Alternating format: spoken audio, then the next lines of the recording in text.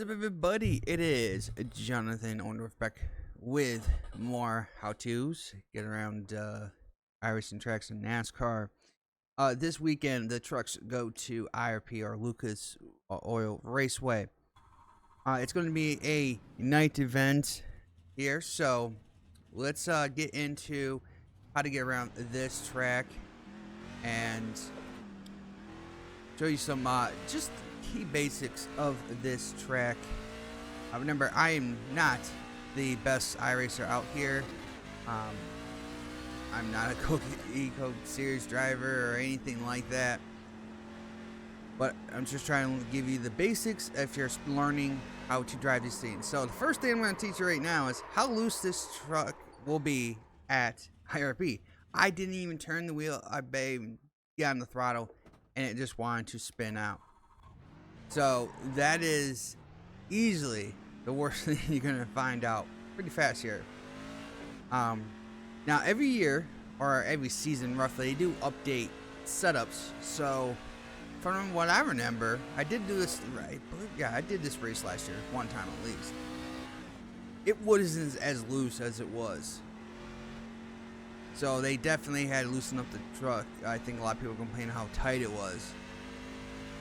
So to me, looking at this setup, you're going to have to be very careful on the throttle. Not too much throttle input, not too much steering input, just guide it through. Now, braking zones are different for everybody. Now, technically, you want to brake at the same rate as everyone else, right? You don't want to overdrive corners. You don't want to underdrive the corners. So there is like a certain area you do brake, but I feel like trying to find the same braking point as everyone else could lead you into basically falling into their trap. That maybe they're pushing hard on purpose to catch someone or to get up there quicker. That may not be your game. You want to take it easy, so your braking points always change. So here I am taking it easy because I want to give you the basics. So as you see, you're on the top side of the track. Why? Because that is the preferred groove here. You can run the bottom, but you're not going to gain any speed. You're way slower down there. You got to be very careful. And you're coming off exit like that, 'cause someone can be shooting to the outside of you really fast. Now, more reason why I use the bottom is to try to basically pull a slide job. So a slide job is you've got to run, drive in deeper into the bottom, and just let the truck kind of slide back up into the groove, as long as obviously you're clear. But be careful coming off the corner, because the guy rail on the outside will have more momentum than you. Be careful on how you do that. But that's basically how you get around IRP. Take it nice and easy onto the brakes, let the brakes flow, let the truck take a set. Once you feel like it's going to start rotating back, get back on the throttle. See, it wants to get loose here.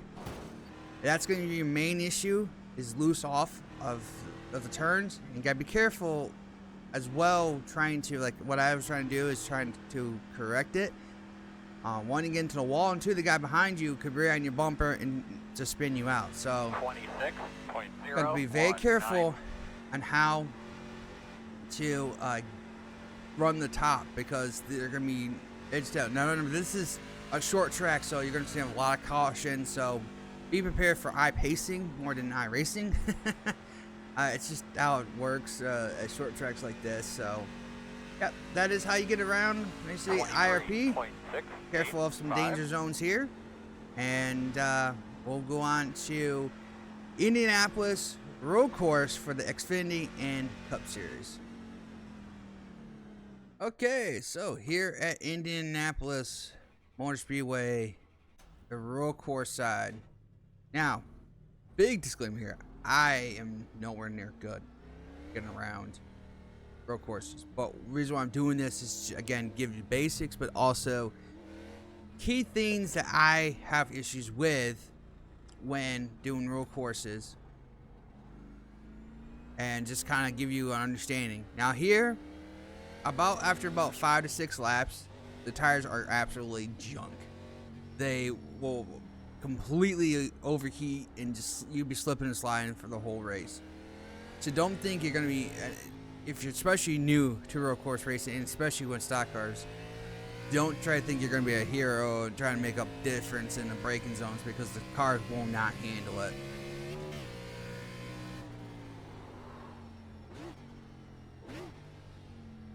So the first thing about Indianapolis is how slow these turns are, especially through here. They're so technical. They're just very technical, and you want to be easy, like you got an egg underneath the throttle, because you don't, you try to stab it, it's just going to want to break loose. Especially through here, it feels like you should be able to just drive full throttle, but you can't. See, it just once it gets loose. Down the first gear here, very slow turn. My best bet to help you here is, one, practice, and two, take it easy for a while. Don't try to think you got to be a hero right off the bat, because trust me, I wasn't, and I still really ain't, because especially with some of these tracks, it just wants to be very technical, and the cars being so loose as they are.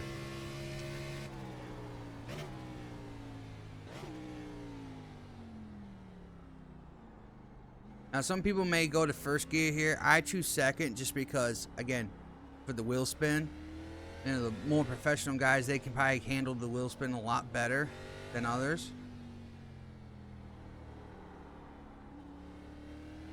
So just kind of take it as easy as you possibly can.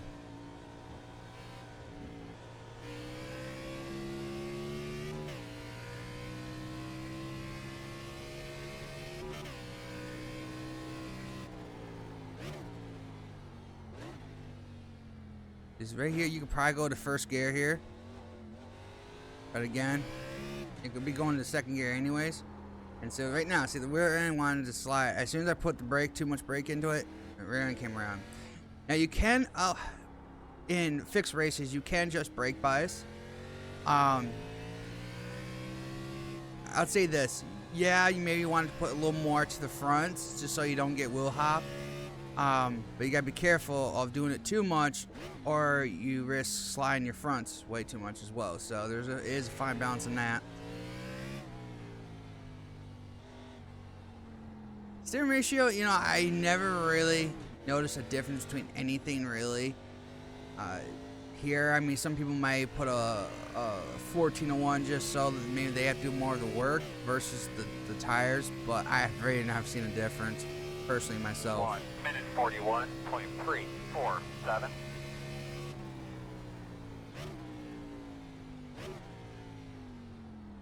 Oh, overshot that corner just a little bit. Good thing I got these extra runoffs a little bit. So yeah, Indianapolis is a very tricky track. It's very slick, especially with the Xfinity cars. So all I would say here is just take your time. Don't overrush. Learn the track. And who knows? If you become better than me, that is great.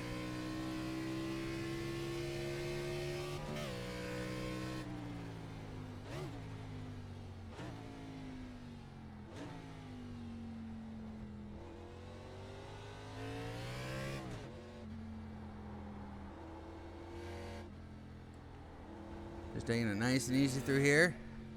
As here, you want to powerful, and I could, right?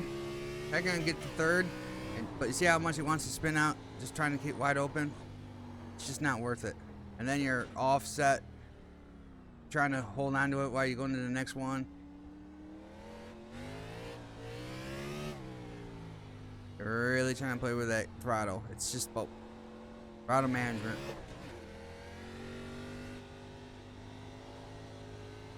The more you can put that throttle down, the better you're going to be, obviously, but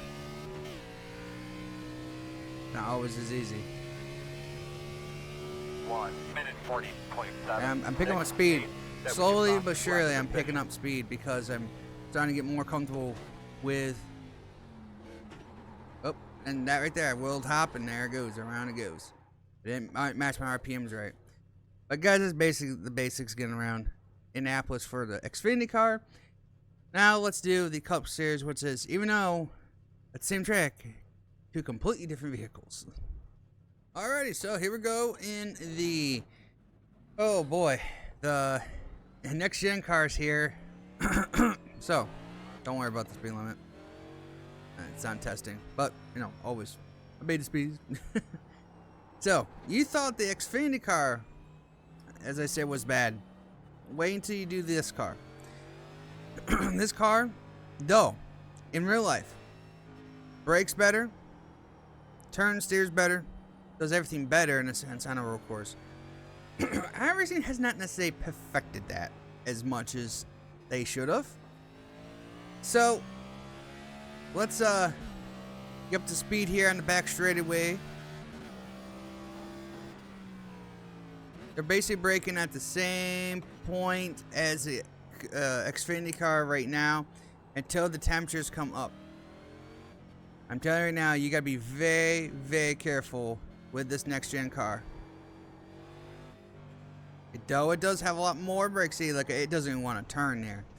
I was going as slow as I possibly could. Now you're going shit in the grass. Oh, and by the way, if you go off the grass, don't try to gun it. You're gonna spin right out. Okay, if you're new to anything iRacing, they've updated the grass physics, so basically it's like beyond super ice.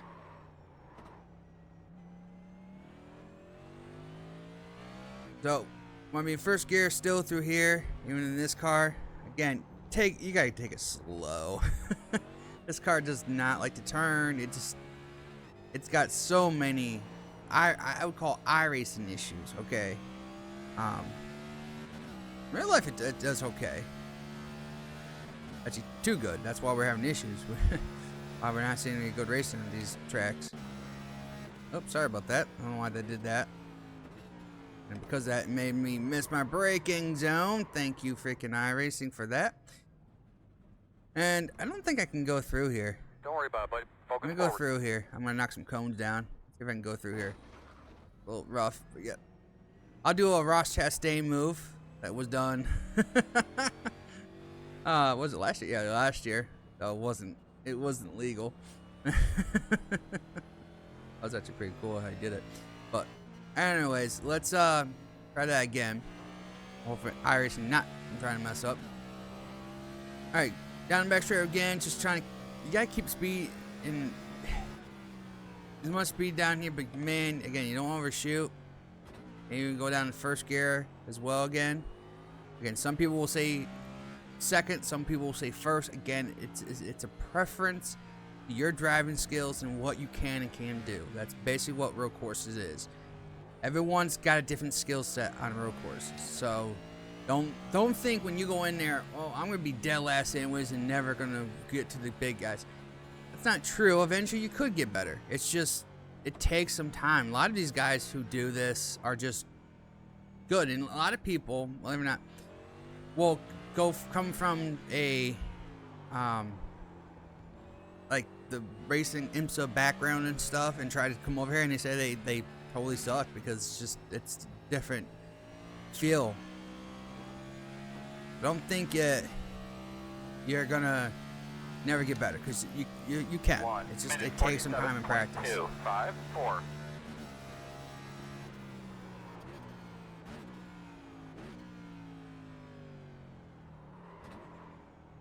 They still want to lock up late.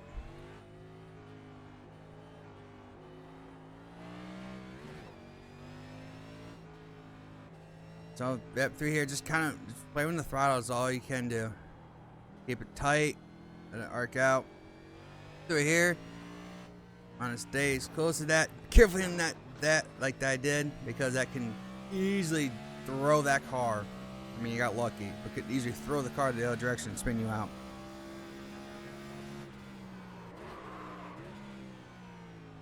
Went too deep in the zone, but I got it stopped. It's all about your braking zones and throttle input on road courses, and especially with the next gen car. This next gen car will try to be the biggest bully ever.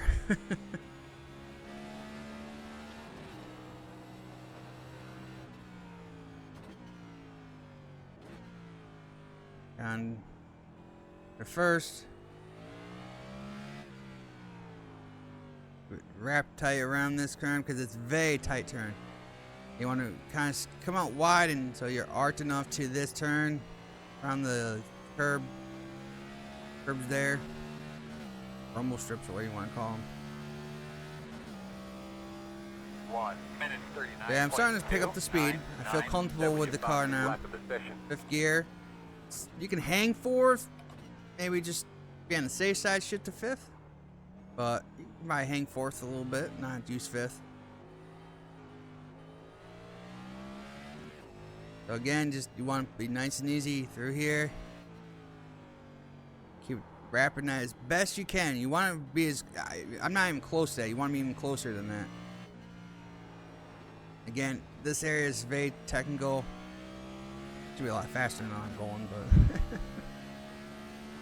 again, this is a fixed setup. So the setup to this car compared to what you see in real life or in the open series when they have really good setups, you can carry a lot more speed. Whoop, and I picked the throttle up too soon. See, that's right there. I picked the throttle up too soon, too much, and it whoop, snapped around. So got lucky, caught it, but like right here, it's sliding. And again, same thing like the Xfinity car. After about 5 or 6 laps, your tires are junk. They just don't want to turn. They're gonna be, it's gonna be awful to drive. But I guess that's the fun part about it, is you're trying to learn your skills even more. So again, the basics to running road courses: learn your braking zones, stay off that throttle as much as you can. I know that sounds weird. Do not smash the throttle until you absolutely know you got good amount of grip. 1 minute 42.98. Learn your shifting zones best you can.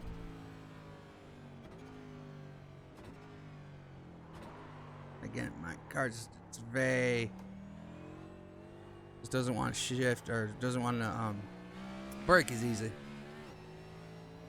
Slide in the fronts.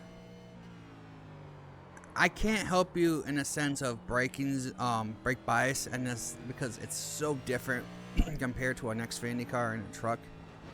This car's completely different setup wise. I mean, I barely started really figuring out how the old cars really worked for the brake bias and setups and stuff, and then they switched to this, and I'm like, I have no idea.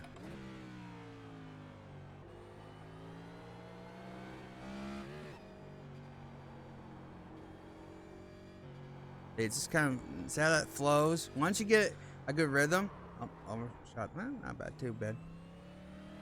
That ebb and flow, right? Just let the car do its thing. And before you know it, it's like, oh wow, I got through there a lot better than I thought I could. In road course racing, for the most part, it's about letting the car do its job, and you steer it and guide it where you want it to go, and let the car do its job. So, for the most part.